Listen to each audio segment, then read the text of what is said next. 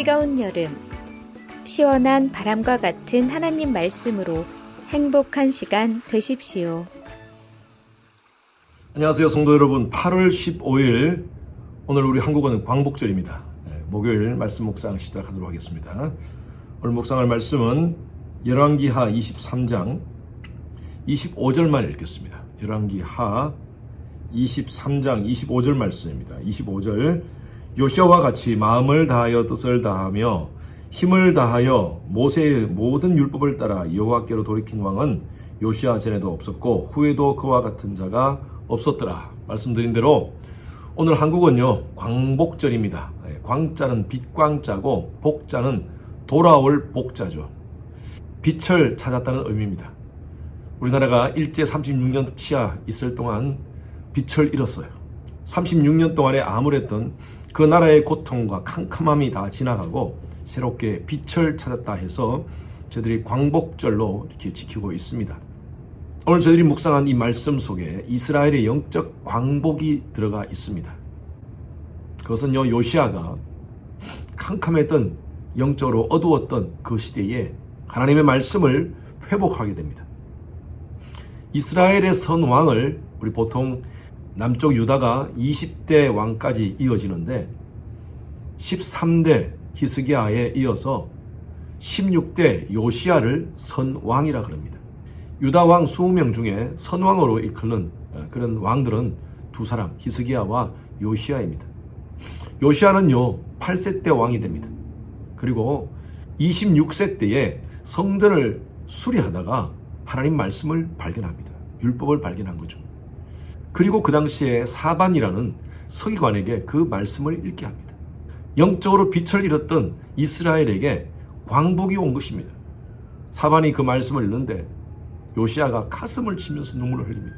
우리가 월요일부터 묵상한 말씀 내용 가운데 요시아의 모습이 정말 하나님 앞에서 그 말씀 앞에서 회개하는 모습이 나타납니다.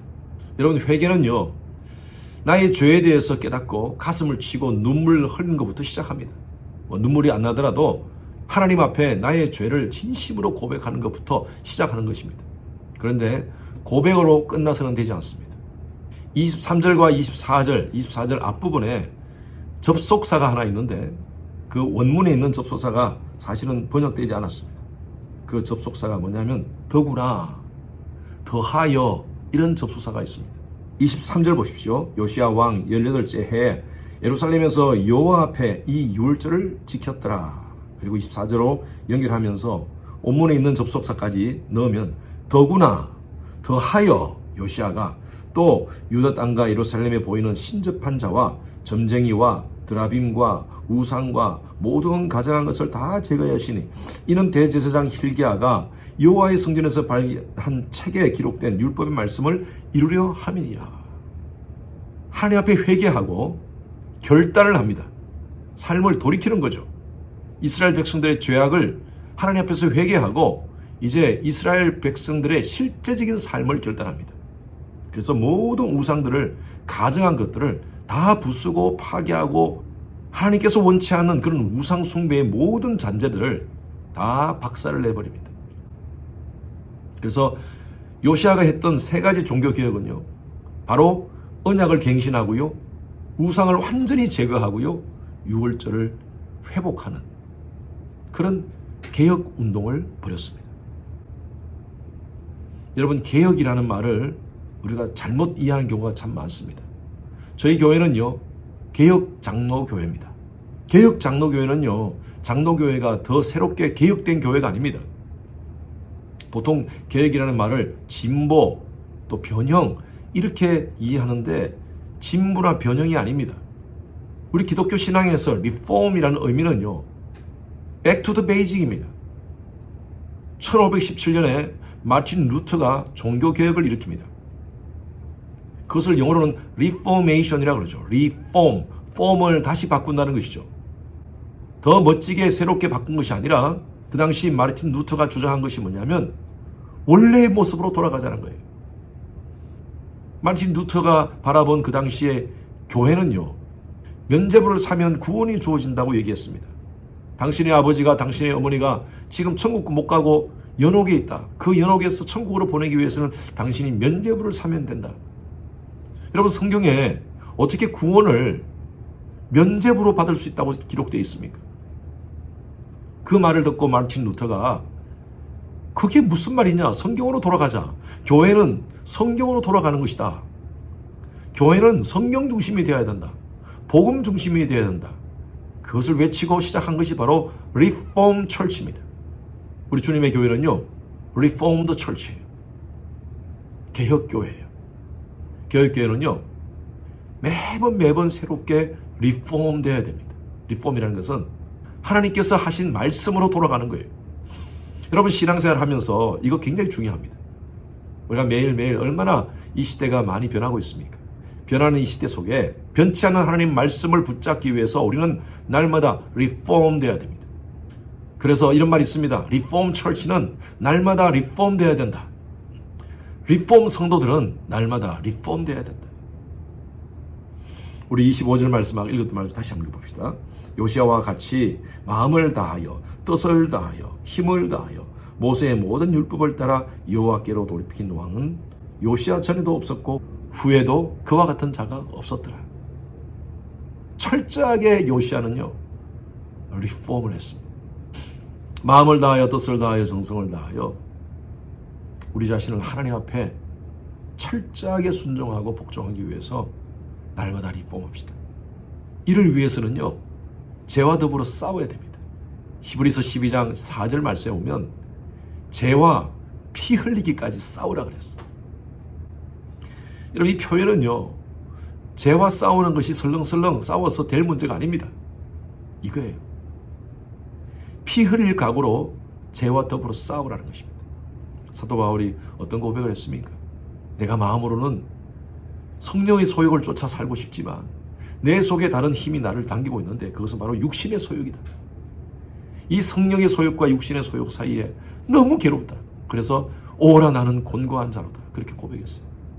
전 여러분들이 날마다 신앙이 개혁되었으면 좋겠어요. 말씀 중심으로, 복음 중심으로 철저하게 개혁되었으면 좋겠습니다. 우리 주님의 교회는요, 모든 성도님들이 개혁주의 교회답게 날마다 개혁되었으면 좋겠어요. 이를 위해서 죄와 피 흘리기까지 싸울 각오를 합시다. 회개는 단순히 하나님 잘못했습니다, 용서 구하는 것으로 끝나는 것이 아니라 철저하게 내가 돌아서는 겁니다. 돌이키는 것입니다. 여러분들이 달라스를 가기 위해서 어스틴에서는 북쪽으로 가야 됩니다. 그런데 35번을 타고 갑자기 남쪽으로 내려가는 중에 어떻게 해야 됩니까? 엑싯을 내려서 돌아서야 됩니다. 안 그러면 북쪽으로 못 가요. 말로만 그냥 북쪽으로 가야 되는데 하면 갈 수 있는 것은 아닙니다. 나가서 돌이켜서 턴을 해가지고 북쪽으로 가야 되는 거예요. 우리의 신앙생활도 마찬가지. 하나님 말씀에 따라서 순종하기 위해서, 복음적 삶을 살기 위해서, 개혁주의 삶을 살기 위해서는요, 날마다 우리 자신을 쳐서 복종해야 돼요. 잘못되고 있습니까? 하나님 앞에 회개하면서 내 삶을 돌이켜야 돼요. 잘못된 습관들, 하나님께서 원치 않는 그런 중독된 것들 깨트리고 부서뜨리고 파괴시키고 하나님 앞에 정결하게 서야 됩니다. 오늘 말씀 묵상해 오신 여러분들, 죄와 피 흘리기까지 싸우며 날마다 자신을 개혁하며 하나님 앞에서 바른 신앙하시는 여러분 되시기를 주님 이름으로 축원합니다. 오늘도 여러분 개혁주의 신앙으로 믿음으로 승리하는 오늘 하루 되시기를 주님 이름으로 축원합니다. 주님 감사합니다. 날마다 개혁하고 싶습니다. 우리 심령이, 우리의 가정이, 우리 교회가 개혁주의 신앙으로 주의 말씀 중심으로 살기를 소원합니다. 주님, 철저하게 주님 앞에 회개하고 돌이켜 주의 말씀 따라 순종하는, 그리하여서 주시는 하나님의 은혜와 볼 누리는 저희들 되게 하여 주시옵소서. 감사드리며 살아계신 예수 그리스도 이름으로 기도드렸습니다. 아멘. 목요일 기도 제목으로 함께 기도하시겠습니다. 미국과 한국을 위해서 기도해 주십시오. 나라의 지도자들이 하나님을 경외하여 지혜와 분별력을 가질 수 있도록, 또 진영 간의 갈등이 사라지고 정치, 경제, 외교 등의 안정이 될 수 있도록 기도해 주시기 바랍니다. 우크라이나와 러시아 간의 전쟁이 지속되고 있습니다. 하루속히 전쟁이 종식되어지고 그 땅에 평화가 임할 수 있도록, 또 그 땅들의 예수 그리스도의 십자가 복음이 그들의 심령을 덮어 아픔과 상처들이 치유될 수 있도록 기도해 주십시오. 주시기 바랍니다. 세계 선교를 위해서 애쓰는 우리 선교사님들을 위해서 기도해 주시기 바랍니다. 저희 교회가 섬기는 11 지역의 선교사님들을 위해서 안전과 건강을 지키도록 기도해 주시고, 또 지금 모든 그 팬데믹 이후에 사역이 정상화되지 않고 있는 곳이 많습니다. 하루속히 모든 사역이 정상화되어 수많은 영혼들이 선교사님의 섬김을 통하여서 예수님께로 돌아오는 역사가 일어날 수 있도록 기도해 주시기 바랍니다. 선교사님을 위해서 기도하실 때에 차드의 김영섭 선교사님, 요르단의 김재문 선교사님, 알래스카 이글리브 교회 이홍래 목사님, 이들의 사역과 가정과 건강을 위해서 기도해 주시기 바랍니다. 함께 기도하시겠습니다.